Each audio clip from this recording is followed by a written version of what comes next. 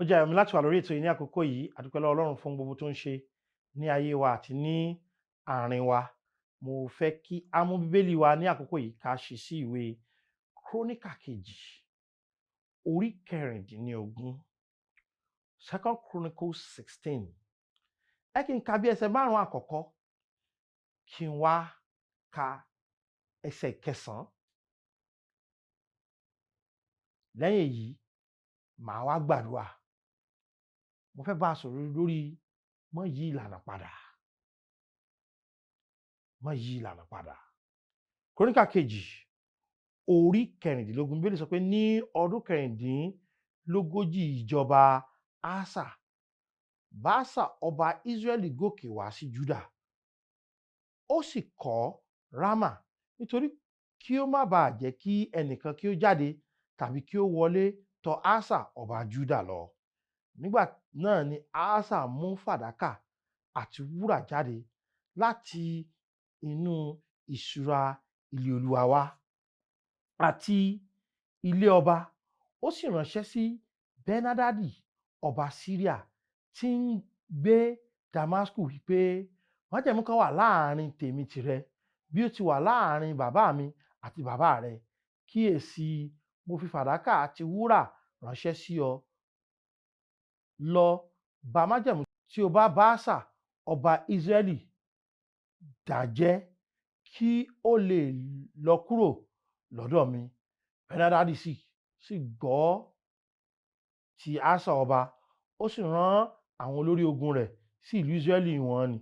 Wọ́n sì kọlu Ijoni àti Dani àti Abel Maimu àti gbogbo ìlú ìṣúra Naftali. Ó sì ṣe nígbà tí Baasa gbọ́, ó ṣíwọ́ àti kọ́ Rama, ó sì dá iṣẹ́ rẹ̀ dúró. Bíbélì wa sọ ní ẹsẹ̀ 9 pé nítorí tí ojú Olúwa sì ń lọ síwá sẹ́yìn ní gbogbo ayé láti fi agbára fún àwọn ènìyàn ọlọ́kàn pípé sí ọ̀dọ̀ rẹ̀. Nínú èyí ni ìwọ hùwà aṣiwèrè. Nítorí náà ni láti ìsinsìnyí lọ ogun yóò máa bá ọ jà. Ẹ jẹ́ kí a gbàdúrà. Olúwa, a dúpẹ́ torí pé ẹ ní agbára gan. Ẹ ṣé fún òtítọ́ ọ̀rọ̀ yìí. Ẹ ṣé fún ohun tí ẹ̀yin Ọlọ́run fẹ́ mú jáde nínú ìwàásù yìí. Ọlọ́run tó le tó sì lágbára, mo gbàdúrà wípé kí ẹ lè lò mí láti ran àwọn ènìyàn yín lọ́wọ́, kí ọ̀rọ̀ yín kí ó lè jáde bó ṣe yẹ kó jáde, kí òye ọ̀rọ̀ yìí kó sì yé àwọn ènìyàn. Olúwa, pé kí a lè yí padà ní àwọn ọ̀nà tá a ti gbà tí kò bójú mu, kí a sì lè ṣe ohun tó fògo fún wọn Ọlọ́run nìkan. Ní orúkọ Jésù Kristi Olúwa wa. Àmín. Ṣé rí ìtàn ìgbé ayé Asa ti bẹ̀rẹ̀ láti orí 14 ìwé Kronika kejì. Ṣé rí òtítọ́ ọbẹ̀ ni pé olóyìnbó sọ pé nǹkan kan tí ó máa ń tẹ̀síwájú tó máa ń ṣe déédéé, òun náà ni ìyípadà. Òtítọ́ ọbẹ̀ ni pé ọjọ́ orí wa ń yí padà, ojú wa ó ń yí padà bá a ṣe ń dàgbà sí. Ipò wa máa ń yí padà. Ẹlòmíì ó rí ìgbésókè láti tẹ̀síwájú, ẹlòmíì yóò rí ìfàsẹ́yìn láti padà sẹ́yìn. Àwọn òye wa wọ́n máa ń yí padà. Àwọn ìta dúró fún tàbí ìta gbàgbọ́ wọ́n máa ń yí padà. Ṣùgbọ́n ṣé mo lè sọ nǹkan ẹyọ kan fún wa? Òun náà ni pé Ọlọ́run wa kì í yí padà. Ṣé kí n tútù sọ pé Ọlọ́run Olódùmarè, ó ní èmi ni Olúwa Ọlọ́run ẹran ara, èmi kò yí padà. Èmi ni Olúwa, èmi kò yí padà. Bíbélì wípé Jésù Kristi ọ̀kan náà lánàá, ọ̀kan náà lónìí, ọ̀kan náà títí ayé. Ṣé kí n tútù sọ fún wa pé Ọlọ́run wa kò ṣe kí ni o, kò yí padà. Nítorí pé Ọlọ́run kò yí padà yìí, ṣé mo lè sọ fún wa pé agbára rẹ̀ kò yí padà? Ṣé kí n sọ fún yín pé ọgbọ́n rẹ̀ kò yí padà? Kì í ṣe pàgbára rẹ̀ pọ̀ sí tàbí dínkù. Agbára rẹ̀ yẹn bó ṣe ga ju gbogbo agbára láyé àti lọ́run lọ, bẹ́ẹ̀ ló sì ṣe wà síbẹ̀. Ṣé kí n sọ fún yín pé ọgbọ́n Ọlọ́run títí ayérayé lọ́gbọ́n Ọlọ́run yóò máa jẹ́? Ẹ mọ̀ pé nígbà táwọn èmi bá ń dàgbà, wọ́n á máa yí padà tí wọ́n dọmọdé padà. Ṣùgbọ́n Ọlọ́run wa arúgbó ọjọ́ ni, á dàgbà má tẹ̀pá ní Ọlọ́run wa. Jẹ́ kí n tún sọ fún yín pé Ọlọ́run wa yìí kò fẹ́ ká yí àwọn nǹkan kan padà nínú ìrìn àjò ayé wa. Ènìyàn máa ń yí padà lóòótọ́. Ó ní àwọn nǹkan mìíràn Ọlọ́run fẹ́ ká yí padà. Ìgbà tí mo pé Ọlọ́run kì í yí padà, kò fẹ́ ká yí àwọn nǹkan kan padà nínú ìrìn àjò ayé wa. Mo fẹ́ fi ìtàsà yìí kọ́ wa ní nǹkan kan péré tí kò gbọdọ̀ yí padà. Ó ní mo sọ pé má pa ìlànà dà ní kókó rí ìwàásù yìí. Ṣé rí àṣà nínú Kronika kejì orí kẹrin ẹ̀rìnlá ẹsẹ̀ kìíní, orí kẹrìnlá ẹsẹ̀ kìíní. Bíbélì sọ pé bẹ́ẹ̀ ni Abijah sùn pẹ̀lú àwọn bàbá rẹ̀, wọ́n sì sin ní ìlú Dáfídì. Asa ọmọ rẹ̀ sì ṣe kí ni ó jọba. Ṣé nígbà tí Asa jọba yìí, ẹ wo ẹsẹ̀ kejì, Bíbélì sọ pé Asa sì ṣe èyí tí ó dára, tí ó sì ṣe kí ni tọ́ ní ojú Olúwa Ọlọ́run rẹ̀. Ṣé rí Asa nígbà tó dé ìjọba, ohun tó ṣe pátápátá ohun tó tọ́gbà ni. Ó ṣe ohun tó tọ́ ní ojú Ọlọ́run rẹ̀. Kò ṣe lòdì sí ìlànà Ọlọ́run nígbà tó dé. Kò ṣe lòdì sí ìfẹ́ Ọlọ́run nígbà tó dé. Ó dúró ṣinṣin nínú ìfẹ́ Ọlọ́run. Ó mú àwọn nǹkan kan kúrò tí Ọlọ́run kò fẹ́. Bíbélì ní ẹsẹ̀ kẹrin pé ó tún pàṣẹ fún Júdà láti máa wá Olúwa Ọlọ́run àwọn bàbá wọn. Ó tún rí dájú pé gbogbo àwọn ènìyàn orílẹ̀-èdè rẹ̀ ta ni wọ́n wá Ọlọ́run. Jẹ́ ká bá wo orí èèyàn báyìí, inú wa kò ní dùn bí. Torí pé bí inú èèyàn ò dùn sí, inú Ọlọ́run ṣe kí ni ó dùn sí. Níwọ̀n bá àgbà tó jẹ́ pé ohun tó ṣe lójú Ọlọ́run kí ló ṣe ó dára. Ṣé ẹ rí, ó pé mi kí n ṣe ohun tó dára lójú Ọlọ́run ju kí n ṣe ohun tó dára lójú gbogbo ayé lọ. Tó bá yẹ pé tí mò ń ṣe tó bá ti wu Ọlọ́run, ó ti tẹ́ mi lọ́rùn. Èyàn ò lè wú ènìyàn, kò sí bá ṣe lè tẹ́ aráyé lọ́rùn, ìgbé ọmọ pé ó lè tẹ́ Ọlọ́run lọ́rùn. Ó lè ṣe ohun tó wu Ọlọ́run dáradára. Bí wọ́n sọ pé bí Asa ṣe wá bẹ̀rẹ̀ sí ṣe ohun tó wu Ọlọ́run yìí, jẹ́ mọ́ tó ṣẹlẹ̀ sí lójú ẹsẹ̀, ó ní pé ogun dé. Ẹ wo ẹsẹ̀ kẹsàn-án. Sarah ará Ethiopia sì jáde sí wọn pẹ̀lú 50 ọkọ̀ ènìyàn àti 100 kẹ̀kẹ́, wọ́n sì wá sí Marisa. Ǹjẹ́ ń gbọ́ mi? Ǹjẹ́ mọ̀ pé lójú ẹsẹ̀ báyìí ó ní wàhálà ṣe kí ni wàhálà dé. Ẹ wo ẹsẹ̀ kọkànlá. Asa sì ké pe Olúwa Ọlọ́run rẹ̀, ó sì wí pé Olúwa, lọ́dọ̀ rẹ bákan náà ni fún ọ láti ran alágbára ènìyàn lọ́wọ́ tàbí ẹni tí kò ní agbára. Ràn wá lọ́wọ́ Olúwa Ọlọ́run rẹ, nítorí tí àwa ń gbẹ́kẹ̀lé ọ. Ní orúkọ rẹ ni àwa ń tọ̀ ọ̀pọ̀lọpọ̀ yìí lọ. Olúwa, ìwọ ni Ọlọ́run wa, má ṣe jẹ́ kí ènìyàn kí ó borí rẹ. Ǹjẹ́ mo tó ṣẹlẹ̀ sí láti ẹsẹ̀ kẹsàn-án ni pé ọba Ethiopia ó kógun dé. Bíbélì wípé ọmọ ogun tó kó wá gan, wọ́n pé mílíọ̀nù kan, ẹgbẹ̀rún lọ́nà ẹgbẹ̀rún ni Bíbélì pé, thousand lọ́mọ ogun tó kó wá láti wá bá ṣàjà. Mélòó gan ni gbogbo àwọn ènìyàn tó wà ní ilẹ̀ Júdà tí ẹnìkan fi ti ilẹ̀ Ethiopia wá láti kó ogun jà Asa.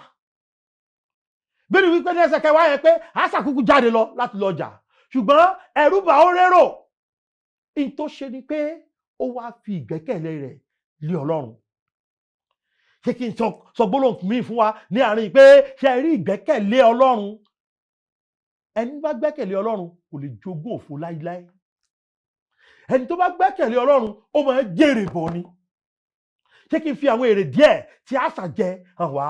Nǹkan èrè kìíní tó jẹ ni pé ó ṣẹ́gun. Bí àwọn ọmọ ogun Ethiopia ṣe pọ̀ tó ní, Asa ló borí wọn. Ó borí. pátápátá kìí ṣe pé ó borí díẹ̀. Bíbélì sọ ní ẹsẹ̀ kẹtàlá pé àti Ásà àti àwọn èèyàn tí ó wà lọ́dọ̀ rẹ̀ lépa wọn dé Gẹ́rárì. Kí ẹ mọ̀ pé nígbà tó ti di pé wọ́n ti borí ogun, òun ni wọ́n fi lè máa lépa ọ̀tá. Àwọn ni wọ́n ṣẹ́gun. Kì í ká ṣe pé ó ṣẹ́gun nìkan, ṣùgbọ́n wọ́n rí ìkógun kó.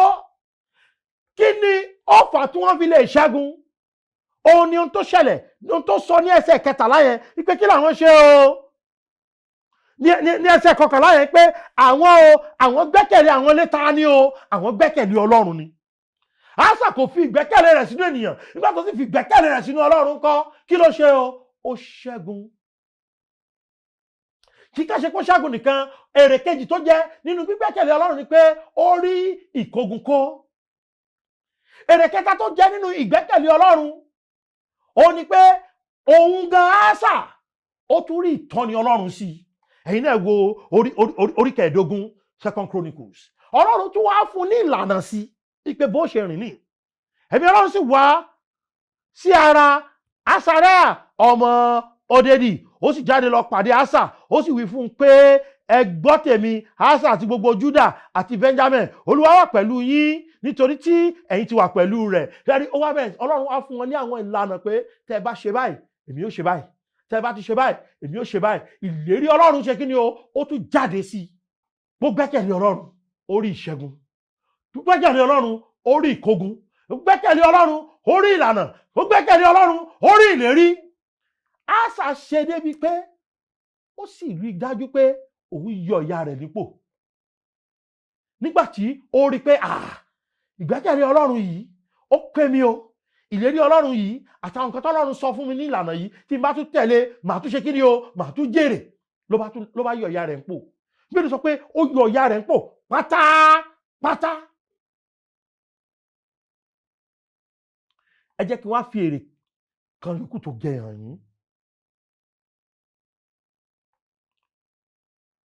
Ẹ̀yin ẹ wo ẹsẹ̀ 19. Bíbélì ní wípé ogun kò sì sí mọ́ títí ọdún 45 ọba Ásà.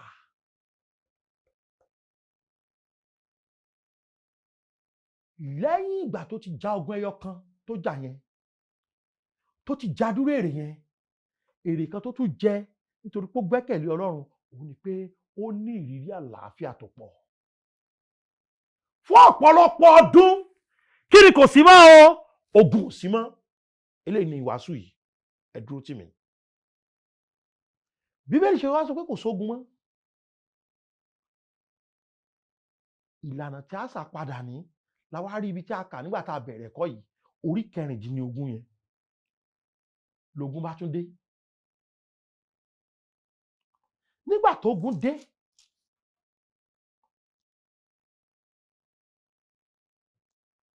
kí ni Ásà ṣe? Dípò k'Ásà tún gbàdúrà sí Ọlọ́run. Nígbà tí ọba yẹn, ọba Ásà, tí ó wá kọ́ Rámà, kẹ́nikẹ́ni má bàa wọlé tọ̀ Ásà tàbí kẹ́nikẹ́ni má bàa jáde láti ọ̀dọ̀ Ásà. Ṣebí in tó yẹ kí Ásà ṣe náà lẹ́ẹ̀kejì ni pé kó tún ké pe Olúwa. Ṣọ́lọ́run ti yí padà ni? Ọlọ́run ti yí padà. Ṣé agbára Ọlọ́run ti dínkù ni? Rárá, agbára Ọlọ́run ò tí ì dínkù. Ǹjẹ́ mọ̀ tí bàbá ṣe? Bàbá kan tó kó àwọn ìṣúra tó ní, ó lọ kó fẹ́ lòmíì. Jẹ́ kí n sọ fún ọ pé táráyé bá máa ràn ọ́ lọ́wọ́, wọ́n gbà nǹkan kan lọ́wọ́ rẹ̀. Ọlọ́run, ìgbẹ́kẹ̀lé ènìyàn yóò ná ọ ní nǹkan. Jẹ́ kí n sọ fún ọ pé ìgbẹ́kẹ̀lé Ọlọ́run nìkan ni ò ní ná ọ ní nǹkan. Ó pàdánù nígbà tí ò gbẹ́kẹ̀lé Ọlọ́run. Kí ló kọ́kọ́ pàdánù? Ó kọ́kọ́ pàdánù àkọsílẹ̀ tuntun pé ó tún rí ìṣẹ́gun míì. Ó kí ló tún pàdánù? Ó tún pàdánù pé Ọlọ́run kò lè fi yangàn mọ́ pé ìwọ ẹni tó gbẹ́kẹ̀lé mi títí láì ní. In tó ṣe ni pé ó pa ìlànà dà, ó lu ọ̀nà míì, ó fọ Ọlọ́run lẹ̀, ó wá yẹn lọ. ẹ jẹ́ kí n sọ kẹ́kẹ́kẹ́ta tó pàdánù ni pé ọkùnrin yẹn sọ fún un wípé láti ìsìn lọ yóò máa jagun ni. Ẹ wo ẹsẹ̀ 9 yẹn lẹ́ẹ̀kan sí Kronika Keji orí 14 ẹsẹ̀ 9. Nítorí tí ojú Olúwa ń lọ síwájú sẹ́yìn ní gbogbo ayé láti fi agbára fún àwọn ẹni ọlọ́kàn pípé sí ọ̀dọ̀ rẹ̀, nínú èyí tí ìwọ wúwa aṣiwèrè. Nítorí náà láti ìsìn lọ ogun yóò máa ṣe kíni bá ọjà. Ọlọ́run sọ fún pé wò ó, ká ló gbẹ́kẹ̀lé mi ni, èmi ní ìmọ̀ jagun rẹ̀. Ṣùgbọ́n láti ìsìn lọ ńkọ́ ìwọ ló mọ̀ dá jagun rẹ̀. Ẹ gbọ́ ṣó lágbára? Kò lágbára. Ẹni tó borí lákọ̀ọ́kọ́ bó ló ṣe borí? Nítorí pé Ọlọ́run ló gbèjà ẹ̀jà. Kí ló yẹ kó tún ṣe lẹ́lẹ́kejì kó tún jẹ́ kí Ọlọ́run ṣe kí ni kó tún gbèjà àwọn jà? Ṣé kí n kìlọ̀ fẹ́yìn ènìyàn tẹ́ ń tẹ́tí sí mi? Tẹ́ ẹ bá gbọ́ gbogbo nǹkan nínú wàásù yìí, ẹ gbọ́ gbólóhùn yìí. Má jẹ́ kó sú ọ láti máa gbẹ́kẹ̀lé Ọlọ́run. Kò síbi tó wà láyé tó ní ìdojúkọ. Nínú ìjọ tó ti ń ṣiṣẹ́ yẹn, nínú ẹbí nílé ọkọ rẹ, nínú ẹbí láàrin àwọn ènìyàn ìyàwó rẹ, nínú ẹbí níbikíbi tí o bá wà lórí ilẹ̀ alààyè, lẹ́nu iṣẹ́ pọ̀ ní ìdojúkọ, pọ̀ ní nípèníjà, kò ní ṣẹlẹ̀. Ṣùgbọ́n jẹ́ kí n tún sọ fún ọ pé má jẹ́ kí gbígbẹ́kẹ̀lé Ọlọ́run kó ṣe kí ni o kó sú ọ. Iṣẹ́ rẹ ò lọ déédéé, má pa ìlànà dà, má lọ ṣoògùn sí kó lè lọ déédéé, má lọ ṣẹ́ṣó kì í ṣọ̀nà àbáyọ. Àwọn ọmọ rẹ wọn ò ṣe dáadáa nínú ẹ̀kọ́, kì í ṣàkókò ní fún ọ láti lọ dọ́gbọ́n míì sí. Tó o bá ti gbẹ́kẹ̀lé Ọlọ́run, mò ń sọ fún ọ nísìnyí, ó pàdánù púpọ̀. Tí Ásà bá tẹ̀síwájú láti máa gbẹ́kẹ̀lé Ọlọ́run ni, ǹjẹ́ mọ̀ pé Ọlọ́run yóò dá sí ọ̀rọ̀ rẹ̀ ní gbogbo ìgbà. Toró ti tọ́ ọbẹ̀ nípa Ọlọ́run wa ni pé ọ̀rọ̀ wa kì í sú. Kò ní sọ fún ọ pé ọ̀rọ̀ rẹ sú mi. Ìwọ tó ti ń rìn nílànà rẹ̀, kí ló dé tó fẹ́ fi ìlànà Ọlọ́run sílẹ̀ lọ wá nǹkan míì ṣe? Ṣé pé torí pé o ò rí ilé ẹ̀kọ́ gíga yẹn wọ̀, o ò jíwèé wò, o ò wá ṣe dáadáa nínú ìdánwò yẹn, o wá wò pé bóyá kí n jíwèé wò lẹ́ẹ̀kan? Ó pàdánù o, ìní parọ́ fún ọ, má jíwèé wò lẹ́ẹ̀kan, yóò yọ ọ́ lẹ̀. Ìwé tó fẹ́ jíwò yẹn, kí ni mo ní yóò ṣe o? Yóò yọ ọ́ lẹ̀. Kò ní bọ́ sí i. Ǹtí ọ̀pọ̀lọpọ̀ àwọn aláìgbàgbọ́ máa ń ṣe tí wọ́n máa ń mú jẹ, ìwọ onígbàgbọ́ tó o bá dán wò, ò ní mú jẹ. Gbogbo ayé ló ń ṣe ń tọ́lọ́run ní kò ṣe nu. Mo ń bọ́ sọ̀rọ̀, ọkọ mi ó lọ rìn àjò, kò fowó ránṣẹ́ sílé, ṣé torí ẹ̀ ló fi wá lọ gbọ́ ìmọ̀ràn ọ̀rẹ́ rẹ kó o wá fẹ́ lọ mọ́ yàlè? Ọkọ mi iṣẹ́ rẹ̀ ò lọ dáadáa, èmi ni mò ń fi gbogbo owó lẹ̀, ṣé torí ẹ̀ ló fi kókó lé? O ti jó sú ọkọ mọ́ gbẹ́kẹ̀lé Ọlọ́run. Ṣé pàṣírí rẹ̀ ò bò bó tilẹ̀ jẹ́ pé wọ́n ló ń fowó lẹ̀? Èèyàn mélòó ló lè bọ́ ọmọ àfẹn tó bá sọ fún? Ìpé wọ́n ló ń fi gbogbo owó lẹ̀, tó bá sọ fún yàn kò sẹ́ni tó lè mọ̀. Ọkọ mi n tó múlẹ̀ kò ká, ìwọ náà mọ̀ pé n tó ń panu kì í ṣe pé bóyá ó parọ́ fún ọ. Ìwọ náà mọ̀ pé aṣọ́nà ni ó ń dènà níbi iṣẹ́ ibi tó ń ṣe security ní ṣe ń bẹ̀, èló ni wọ́n ń san fún un? Ìlàjì owó ọ̀hún náà ló kó fún ọ̀hún. Ó sàdá 10 fúnra rẹ̀, ó fi òkú ó fi ń jẹun níbi tó ti ń ṣiṣẹ́. Ó ní kò tún fi nǹkan ránṣẹ́, kí ló tún fẹ́ kó ṣe jù bá ń lọ? Ó má jẹ́ kán máa tàn ọ́ jẹ. Má jẹ́ kó sú ọ pé ò ń gbẹ́kẹ̀lé Ọlọ́run. Tí èèyàn bá ti pàlànà dà, èèyàn ṣetán àti pàdánù ni. Mo tuntun sọ, tí èèyàn bá ti pàlànà dà, èèyàn ṣetán àti ṣe kí ni o, àti pàdánù ni. Ẹ̀yin náà wò nígbà tó gbẹ́kẹ̀lé Olúwa, ṣe ẹ rádúró èrè tó jẹ. Fún ọ̀pọ̀lọpọ̀ ọdún ni ò fi ní ogun. Ó kó ìkógun, ó rí ìlànà Ọlọ́run, ó tún rí ìlérí mi gbà, ó rí ìṣẹ́gun, gbogbo nǹkan lórí. Ní ìgbà tí kò ṣe kí ni, tí kò pàlànà dà. Ṣé nígbà tó pàlànà dà, ǹjẹ́ mọ̀ pé Ásà ṣe débi pé nígbà tó ṣàìsàn kò tún wá Ọlọ́run náà, ó wá ń wá àwọn oníṣègùn. Àwọn oníṣègùn tí wọ́n máa ń sọ fún wa gan pé àwa ń tọ́jú ni, Ọlọ́run ló ń wo onísàn. Àwọn oníṣègùn wọn ò gọ́, àwọn náà mọ̀ pé Ọlọ́run ló olùwòsàn, Ọlọ́run ló oníṣègùn, Ọlọ́run ló olùdáǹdè, Ọlọ́run ló olùtúsílẹ̀. Àwọn kan ń sa ipá wọn ni, wọ́n lè sa ipá wọn kó má bọ́ sí i. Kọ́mọ tó wúkọ́, ó ti gbé, ó di ilé ìwòsàn. Èmi ò ní kó o má gbé lọ ilé ìwòsàn, ṣé o tiẹ̀ gbàdúrà fún kó tó kẹ́ tó kù nílé.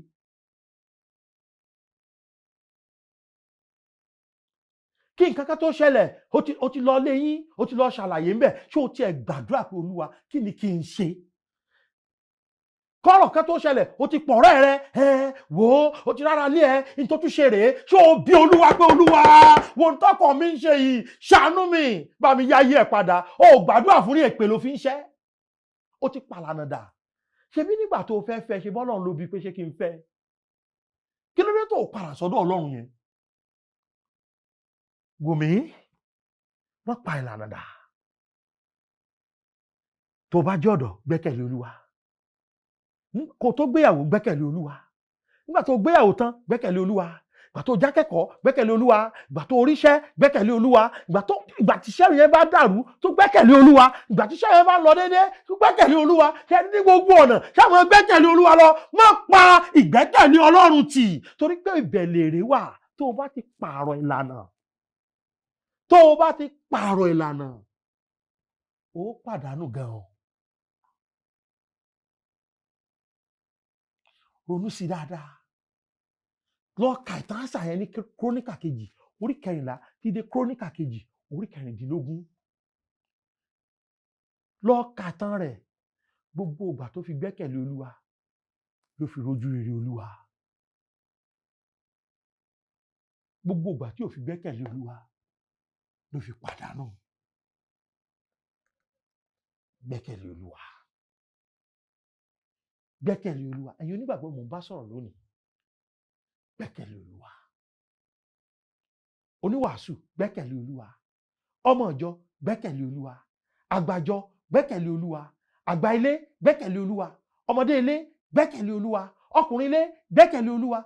Àwọn òbí mi rówó san, ó wá lọ bẹ̀rẹ̀ iṣẹ́ aṣẹ́wó. Ṣé gbẹ́kẹ̀lé Olúwa ni? Ó béèrè lọ́wọ́ Olúwa pé Olúwa bá mi sanwó yìí, pèsè fún wọn. Gbẹ́kẹ̀lé Olúwa.